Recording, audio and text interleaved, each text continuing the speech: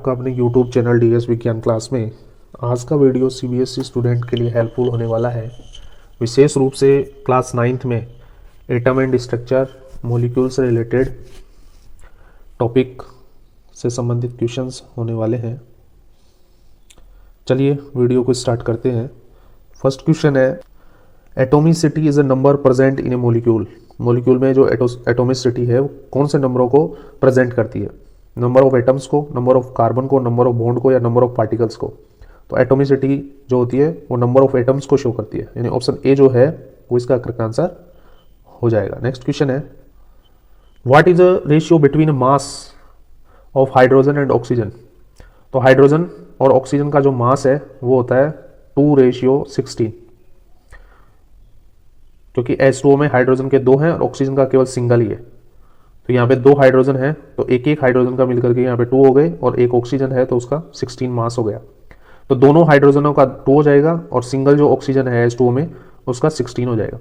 और भी इसको सरल रेशियो में निकालना होगा तो इसका डिवाइड करेंगे तो 1:8 हो जाएगा, यानी ऑप्शन बी जो है वो इसका करेक्ट आंसर हो जाएगा कि वाटर के अंदर हाइड्रोजन और ऑक्सीजन का जो मास का रेशियो है वो 1:8 होता है। नेक्स्ट क्वेश्चन है, formula unit mass of sugar C12 है, H22 और O11। तो यहाँ पे कार्बन, हाइड्रोजन और ऑक्सीजन 3 एलिमेंट हैं। एक कार्बन का जो मास होता है वो होता है 12, हाइड्रोजन का 1 और ऑक्सीजन का 16 होता है। अब इनको अगर मल्टीप्लाई करें तो यहाँ पे शुगर के जो फॉर्मूला है, ग्लूकोज का जो फॉर्मूला है उसके अंदर कार्बन कितने हैं? 12 हैं। तो एक कार्बन का मास होता है 12 है, तो 12 का कितना हो जाएगा? ये इससे मल्टीप्लाई होगा। हाइड्रोजन का यहाँ पे एक मास होता है और यहाँ पे हाइड्रोजन कितने हैं? 22 हाइड्रोजन है। ऑक्सीजन जो है, एक ऑक्सीजन का जो मास है वो 16 होता है, तो यहाँ पे ऑक्सीजन कितने हैं? 11 है। तो ये सब तीनों के तीनों क्या होंगे? आपस में मल्टीप्लाई होंगे। तो 12 को 12 से मल्टीप्लाई करेंगे तो 144 आ जाएंगे। 22 को 1 से करेंगे तो 22 आ जाएंगे। और ऑक्सीजन जो है उसके 16 को 11 से मल्टीप्लाई करेंगे तो ये हो जाएंगे 176 के लगभग। अब इन तीनों का टोटल कर लेंगे, 144 का, 22 का या 176 का, इन तीनों का जब टोटल करेंगे तो लगभग आएगा 6 to 10 to 12 कैरी 1, तो वो हो जाएगा लगभग 342 यूनिट, यानी ऑप्शन सी जो है वो इसका करेक्ट आंसर हो जाएगा। नेक्स्ट क्वेश्चन है, what is symbol of potassium? P, PO, K या PT। तो पोटेशियम क्या होता है? पोटेशियम का जो सिंबल होता है उसको K से रिप्रेजेंट करते हैं, तो ऑप्शन सी जो है वो इसका करेक्ट आंसर हो जाएगा। नेक्स्ट क्वेश्चन है, एल्यूमिनियम ऑक्साइड है Al2O3। तो यहाँ पे एल्यूमिनियम की जो वैलेंसी है वो कितनी है? 2, 3, 5 या 1। तो यहाँ पे एल्यूमिनियम है, ऑक्साइड है। ऑक्साइड की जो है वो 2 है, एल्यूमिनियम की +3 है, इसकी -2 है। तो इसका फॉर्मूला हो जाएगा Al2O3। तो यहाँ पे एल्यूमिनियम की जो वैलेंसी बतानी है वो है 3, तो ऑप्शन बी जो है वो इसका करेक्ट आंसर हो जाएगा। नेक्स्ट क्वेश्चन है, पॉजिटिवली चार्ज्ड आयन कॉल्ड। जो पॉजिटिवली चार्ज्ड आयन होते हैं उन्हें क्या कहते हैं? ऑप्शन है कैटायन, एनायन, पोलियायन या एनोड। तो उन्हें कहते हैं कैटायन, यानी ऑप्शन ए जो है वो इसका करेक्ट आंसर हो जाएगा। नेक्स्ट क्वेश्चन है, the number of moles present in 60 gram of calcium. 60 gram of calcium है तो इसके अंदर नंबर ऑफ मोल्स कितने होंगे? तो यहाँ पे कैल्शियम दिया हुआ है 60 ग्राम, और नॉर्मली जो कैल्शियम होता है उसका जो मास होता है वो होता है 40। जब इसका इसमें डिवाइड देंगे तो यहाँ पे 1.5 आ जाएगा, 1.5 मोल्स। तो यहाँ पे ऑप्शन 1, 1.5, 2 या 3, तो ऑप्शन बी जो है वो इसका करेक्ट आंसर हो जाएगा। नेक्स्ट क्वेश्चन है, it is defined as equal to 6.022 into 10 की पावर 23, और ये जो नंबर है ये अवोगाद्रो कांस्टेंट है। और ये किसके बराबर होता है? 2 मोल के, 1/2 मोल के या 3 मोल के या 1 मोल के। तो ये इतने जो पार्टिकल्स होंगे वो 1 मोल के इक्वल होंगे, यानी 1 मोल का मतलब क्या होगा?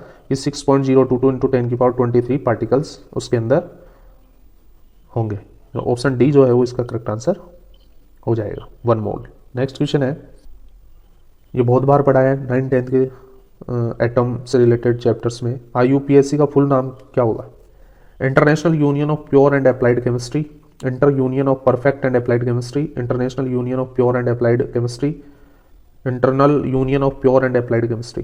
तो international union of pure and applied chemistry, option A जो है वो इसका करेक्ट आंसर हो जाएगा, और IUPAC का फुल फॉर्म जो है वो हो जाएगा ए ऑप्शन। नेक्स्ट क्वेश्चन है, इजी क्वेश्चन है कि what is the colour of iodine. Iodine का जो कलर है वो कैसा होता है। ऑप्शन है ऑरेंज, पिंक, ब्लू या वॉयलेट। तो आयोडीन का जो कलर होता है वो होता है वॉयलेट कलर, यानी ऑप्शन डी जो है वो इसका करेक्ट आंसर होगा। नेक्स्ट है, name a medicine given to patient suffering from anaemia. Anaemia से जो पीड़ित पेशेंट होता है उसको कौन सी मेडिसिन के रूप में दिया जाता है। लैक्टिक एसिड दिया जाता है, कार्बोक्सिलिक एसिड दिया जाता है, फोलिक एसिड दिया जाता है या एसिटिक एसिड दिया जाता है। अब किसी भी पेशेंट में एनीमिया डिजीज हो जाती है तो उसे आयरन की सबसे ज़्यादा ज़रूरत होती है। आयरन लेने से जो ब्लड है उसके अंदर एनीमिया की जो कमी हो रही है वो दूर हो जाएगी। तो ऑप्शन सी जो है वो इसका करेक्ट आंसर हो जाएगा, यानी फोलिक एसिड की टैबलेट वगैरह या फोलिक एसिड का सिरप वगैरह उसको दी जाएगी ताकि उसमें ब्लड से रिलेटेड कोई कमी नहीं रहे। यानी ऑप्शन सी जो है वो इसका करेक्ट आंसर हो जाएगा। नेक्स्ट क्वेश्चन है, इंपॉर्टेंट क्वेश्चन है, which compound is in excess in blood in diabetic patient. जो डायबिटिक पेशेंट होते हैं उनके ब्लड में कौन सा कंपाउंड एक्सेस होता है। सुक्रोज, फ्रक्टोज, माल्टोज या ग्लूकोज। तो ऑप्शन डी जो है वो इसका करेक्ट आंसर हो जाएगा, यानी ग्लूकोज जो है वो डायबिटिक पेशेंट के ब्लड में होता है, ऑप्शन डी होगा। नेक्स्ट है, name the compounds present in your bones which contains calcium. वो कौन सा कंपाउंड है जो हमारे हड्डियों के बोन्स के अंदर उपस्थित होता है और कैल्शियम का बना हुआ रहता है। कैल्शियम कार्बोनेट, कैल्शियम बोरेट या कैल्शियम फॉस्फेट या कैल्शियम सल्फेट। तो बोन्स जो हैं उनके अंदर कैल्शियम का जो कंटेंट्स है वो होता है कैल्शियम फॉस्फेट, यानी ऑप्शन सी जो है वो इसका करेक्ट आंसर हो जाएगा। नेक्स्ट क्वेश्चन है, which is not ionic compound. Ionic compound के बारे में बताना है कि इसमें से कौन सा आयोनिक कंपाउंड का एग्जाम्पल नहीं है। ऑप्शन है NaCl, NH3, ACl या CaO। तो यहाँ पे आयोनिक जो कंपाउंड है वो नहीं है NH3, यानी अमोनिया जो है वो इसका एग्जाम्पल नहीं है आयोनिक कंपाउंड का।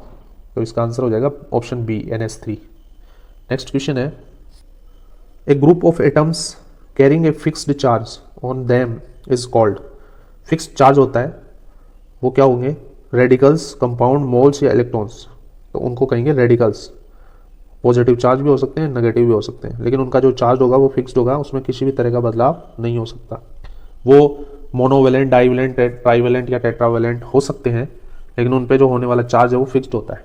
तो ऐसे ग्रुप ऑफ एटम्स को कहते हैं रेडिकल्स, यानी ऑप्शन ए जो है वो इसका करेक्ट आंसर हो जाएगा। नेक्स्ट है, what is equal to number of electrons lost या गेन या शेयर। लॉस्ट या तो इलेक्ट्रॉन खो जाए या इलेक्ट्रॉन प्राप्त कर लिए जाए या इलेक्ट्रॉन किसी को दे दिए जाए, शेयर कर दी जाए। तो ऐसे इलेक्ट्रॉनों का जो नंबर है वो किसके बराबर होता है। ऑप्शन है इलेक्ट्रॉन्स के बराबर, वैलेंसी के बराबर, मोल्स के या ऑर्बिट्स के।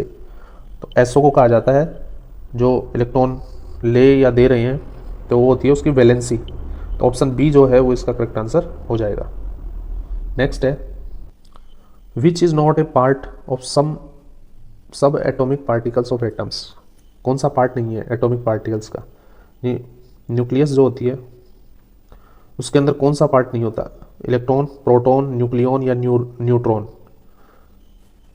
तो ऑप्शन सी जो है वो इसका करेक्ट आंसर हो जाएगा, क्योंकि जो न्यूक्लियस होती है उसके अंदर प्रोटॉन होते हैं, न्यूट्रॉन होते हैं और इलेक्ट्रॉन जो है उसके चारों तरफ चक्कर लगाते रहते हैं। बाकी न्यूक्लियन जो है ये नहीं होता। तो ऑप्शन सी जो है वो इसका करेक्ट आंसर हो जाएगा। नेक्स्ट क्वेश्चन है, what is the mass of an electron.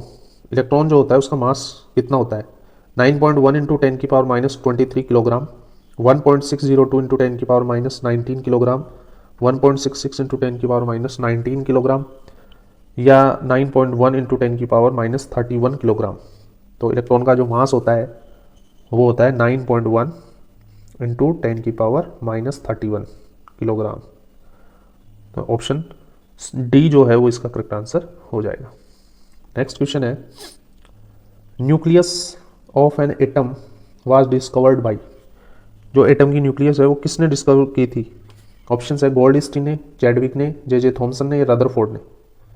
तो गोल्डस्टीन ने तो की थी प्रोटॉन की डिस्कवरी, चैडविक ने की थी न्यूट्रॉन की, और जे थॉमसन ने किया था इलेक्ट्रॉन को डिस्कवर, और न्यूक्लियस की जो डिस्कवर किया था वो तो किया था रदरफोर्ड ने न्यूक्लियस। तो यहाँ पे न्यूक्लियस का पूछा है, इसलिए ऑप्शन डी जो है वो इसका करेक्ट आंसर हो जाएगा। नेक्स्ट क्वेश्चन है, how many neutrons are present in carbon 14 isotope of carbon. Carbon जो है वो 6 नंबर पे आता है और यहाँ पे आइसोटोप दिया हुआ है कार्बन 14 का। तो अब इसके अंदर ये बताना है कि न्यूट्रॉन कितने हैं इसके अंदर। तो जब 6 प्रोटॉन हो जाएंगे, 6 प्रोटॉन है और यहाँ पे ये जो है ये मास नंबर है, और मास नंबर क्या होता है, प्रोटॉन और न्यूट्रॉन का टोटल। तो जब प्रोटॉन इसमें 6 हैं तो जो माइनस होंगे 14 में से 6 माइनस होंगे तो 8 जो है इसके अंदर न्यूट्रॉन हो जाएंगे। तो ऑप्शन ए जो है वो इसका करेक्ट आंसर हो जाएगा। नेक्स्ट क्वेश्चन है, 288 इलेक्ट्रॉनिक कॉन्फ़िगरेशन दिया हुआ है, ये जिस नोबल गैस का इलेक्ट्रॉनिक कॉन्फ़िगरेशन है उसे आइडेंटिफाई करना है। तो 288 यानी टोटल हो गए 18। तो 18 नंबर पे जो आने वाला एलिमेंट है वो कौन सा है, नियॉन, आर्गन, हीलियम और क्रिप्टॉन।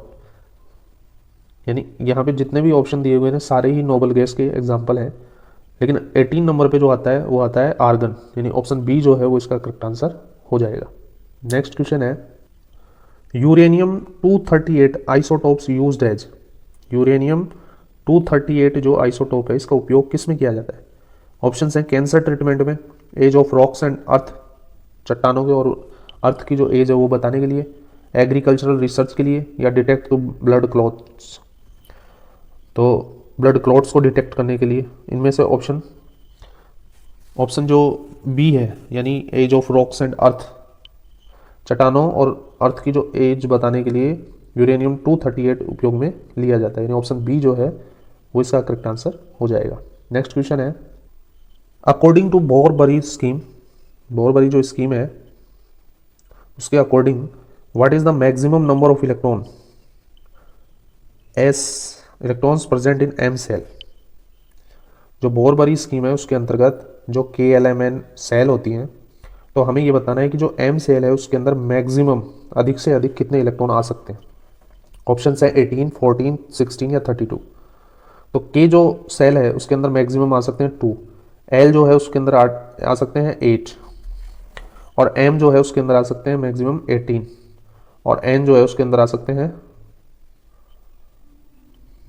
18। तो यहाँ पे एम सेल के बारे में पूछा है, तो एम सेल में जो मैक्सिमम इलेक्ट्रॉन वो आते हैं 18। तो ऑप्शन ए जो है वो इसका करेक्ट आंसर हो जाएगा। नेक्स्ट क्वेश्चन है, who describe the Christmas pudding model of atom. Atom का जो क्रिसमस पुडिंग मॉडल या प्लम पुडिंग मॉडल भी बोलते हैं, ये किसने डिस्क्राइब किया था। ऑप्शन है थॉमसन ने, चैडविक ने, बोर ने या रदरफोर्ड ने। तो ये जो मॉडल दिया था वो दिया था थॉमसन ने, यानी ऑप्शन ए जो है वो इसका करेक्ट आंसर हो जाएगा। नेक्स्ट क्वेश्चन है, why does an atom of argon have a zero valency. जो आर्गन होता है उसके अंदर जीरो वैलेंसी क्यों है, क्योंकि इट्स वैलेंसी इज 2, क्योंकि इसकी वैलेंसी 2 है। Outer valence electron is low, argon has its octet complete, और argon is a noble gas. क्योंकि आर्गन या हीलियम इन सब में क्या होता है कि इनका जो आउटर जो सेल होती है उसमें कंप्लीट इलेक्ट्रॉन भरे हुए रहते हैं, कोई भी बाकी नहीं रहता है। ऑक्टेट रूल के अकॉर्डिंग वो पूरी तरह से भरा हुआ है, इसलिए आर्गन जो है उसको वैलेंसी 0 है। तो ऑप्शन सी जो है वो इसका करेक्ट आंसर हो जाएगा। Thank you for watching video.